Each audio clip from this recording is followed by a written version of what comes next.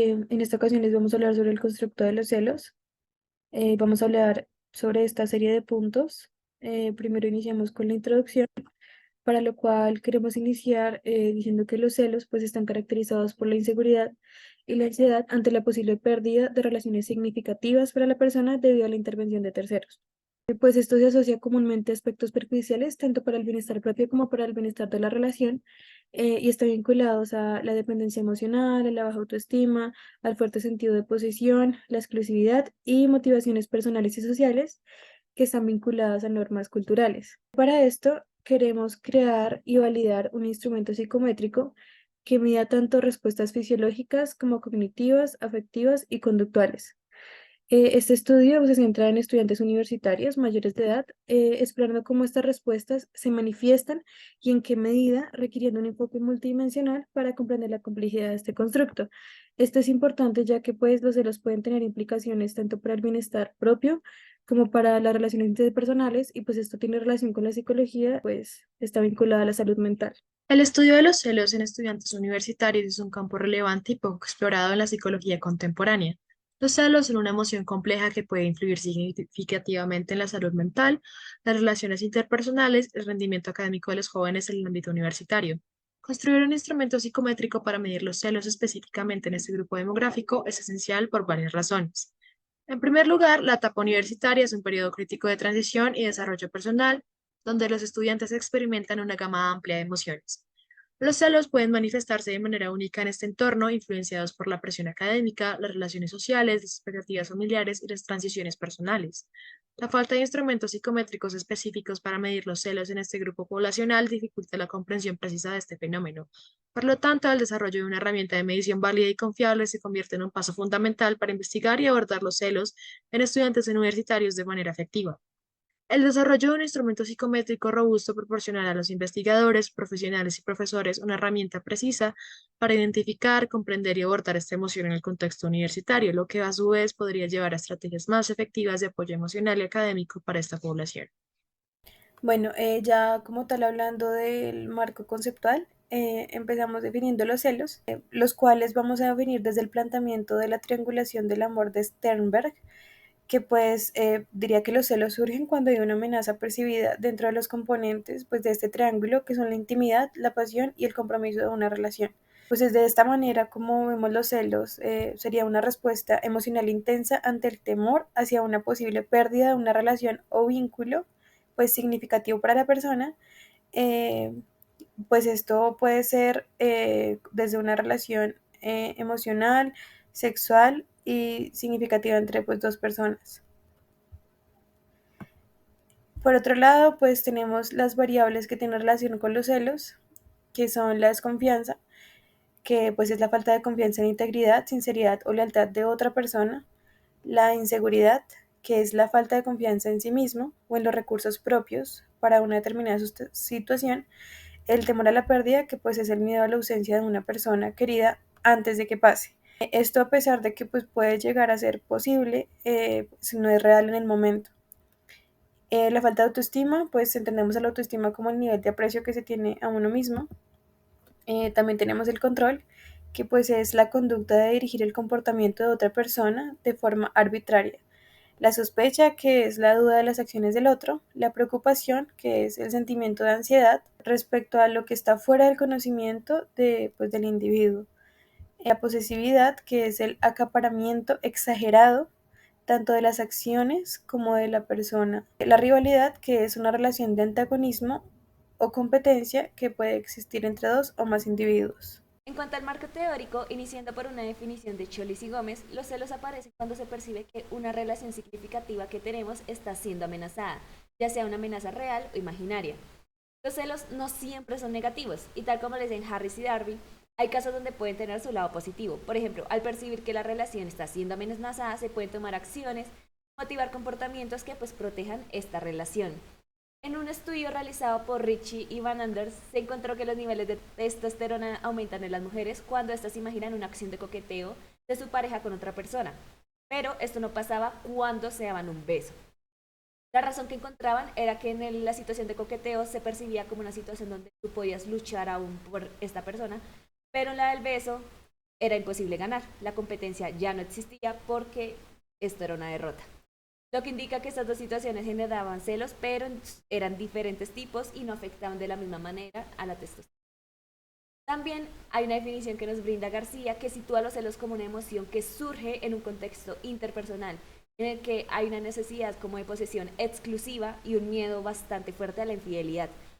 Este se usa entonces como un medio para no perder a la persona amada. Este autor distingue entre un nivel de celos normal y uno patológico, aunque la diferencia no es muy clara que digamos. Martínez y Rodríguez señalan que cuando una persona experimenta celos, su reacción involucra estas tres dimensiones, las del ámbito fisiológico, comportamental y cognitivo, que deben considerarse en conjunto para poder comprender completamente la experiencia de la persona celosa y evaluar todos los componentes que hacen parte de esta misma. En el ámbito fisiológico observamos respuestas de ansiedad como la taquicardia, pérdida de apetito, dolores de cabeza, sensación de opresión en el pecho, entre muchos otros. En el comportamental se manifiesta a menudo a través de acciones destinadas a enfrentar la amenaza, que puede ser tanto pasiva como miradas, por ejemplo, y gestos no verbales, como agresivas, que serían comentarios verbales sarcásticos, agresiones físicas, entre otros. Además, las personas celosas tienden a estar en constante alerta a señales que sugieran peligro relacionado con su pareja, que eso es conocido como hipervigilancia. En el ámbito cognitivo se puede observar distorsiones cognitivas y pensamientos paranoicos. Esto se refleja en la percepción errónea de actos de la pareja hacia terceras personas.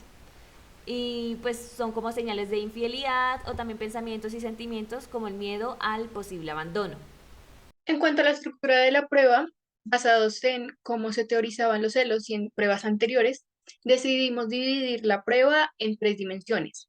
La conductual, que se refiere al comportamiento hacia la pareja en base a los celos que se están sintiendo. La cognitiva, que son las ideas que tiene la persona al estar o al imaginarse en una situación que le provocará celos. Y la emocional, que es la experiencia subjetiva de carácter emocional al estar celoso o celosa.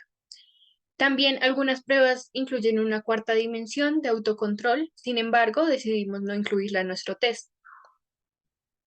Y también para la construcción de la prueba, tomamos en cuenta algunos subconstructos que creemos que son pertinentes, como la autoestima, el temor a la pérdida, la posesividad, entre otros, para una proyección hacia el análisis factorial. En cuanto al método, la muestra estuvo compuesta por 138 personas mayores de 18 años de universidades de Colombia. 64% fueron mujeres, 29,5% fueron hombres y el 6,5% fueron no binarios o otra categoría. Estuvieron entre los 18 y los 30 años. En cuanto al instrumento, ya el test de celos está compuesto por 33 ítems que abarcan las tres dimensiones del constructo. Es una prueba del tipo papel y lápiz y se formularon dos categorías para las opciones de respuesta. Una que es de frecuencia, que es entre nunca y siempre, y otra que es aceptación aceptación del enunciado, que es totalmente desacuerdo hasta totalmente de acuerdo. En cuanto al procedimiento, pues la construcción de la prueba se hizo entre las personas del grupo y después de distintas revisiones quedaron finalmente 33 ítems. Para recoger los datos hicimos un forms en el que estaban algunas preguntas demográficas y finalmente el test de celos. Para el análisis de datos se pasaron estos a un archivo en Excel en el que los organizaron y se codificaron con el fin de hacer más sencilla la manipulación de los mismos en RStudio. Estos dos programas sirvieron para hacer distintas pruebas a los datos para hacer estimaciones de la TCT, la TRI, tal como el alfa de Cronbach, omega, estimaciones de dificultad, entre muchos otros. Con los resultados de estas estimaciones se tomaron decisiones sobre los ítems, eliminando así 5 y dejando para modificar unos cuantos más. Finalmente, con los ítems que fueron conservados, se realizó un análisis factorial de tipo exploratorio. En el análisis factorial que realizamos con el programa R, encontramos que tenemos 5 factores o variables para nuestros ítems, que tienen cargas entre 0,3 y 0,8, siendo el factor 3 el que más ítems reúne. Encontramos que el ítem 26 no entra en ninguno de los 5 factores. Y Cuando hicimos la comparación entre los factores y las dimensiones de nuestro test, encontramos que no hay una correspondencia significativa y tampoco la hay con los constructos que propusimos en la estructura de la prueba. El punto principal en el que se basó la discusión fue el objetivo, pues con este y con los resultados posteriormente podríamos averiguar si se consiguió o no se consiguió. Este dice así: calcular el nivel de celos mediante una escala tipo Likert en estudiantes universitarios de Bogotá con el fin de conocer sus patrones de relacionamiento sexoafectivo en torno a este comportamiento. Para la realización de este estudio, al final la muestra terminó excluyendo a la parte de estudiantes universitarios de Bogotá y terminó siendo una muestra prácticamente a nivel nacional. Ya en el apartado de los resultados, la mayoría de los participantes, prácticamente un 76% aproximadamente, reportan niveles bajos de celos. Ya el 11% o 11.4% restante son niveles ya altos de celos, pues en base al promedio de la prueba. ¿Esto qué quiere decir? Que de forma discreta logramos hallar los niveles de celos de nuestros participantes, que en general se podría decir que de los estudiantes universitarios de Colombia.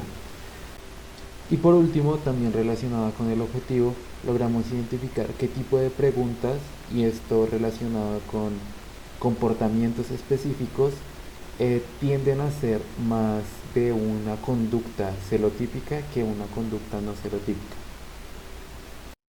Para la discusión del presente estudio se formularon algunas implicaciones.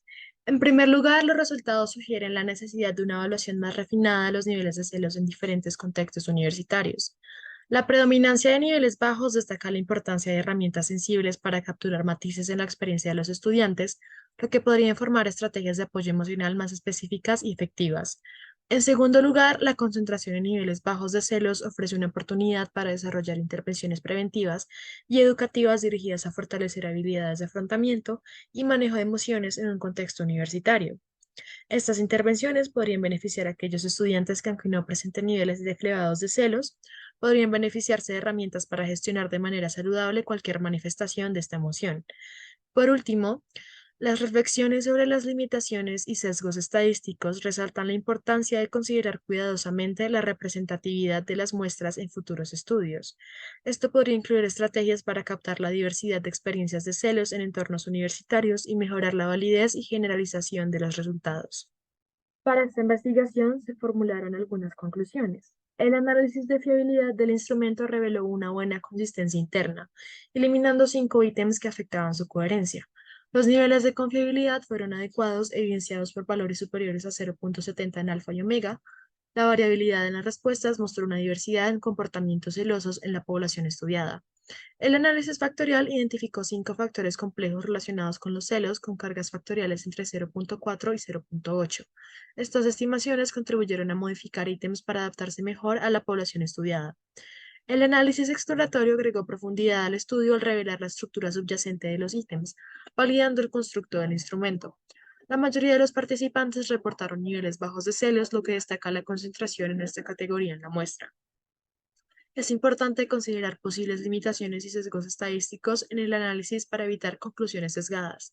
La distribución de los niveles de celos tiene implicaciones en el diseño futuro de instrumentos, destacando la necesidad de escalas más sensibles a las variaciones sutiles entre niveles. Reconocer la subjetividad en los niveles de celos resalta la importancia de enfoques personalizados en la evaluación y tratamiento de este constructo.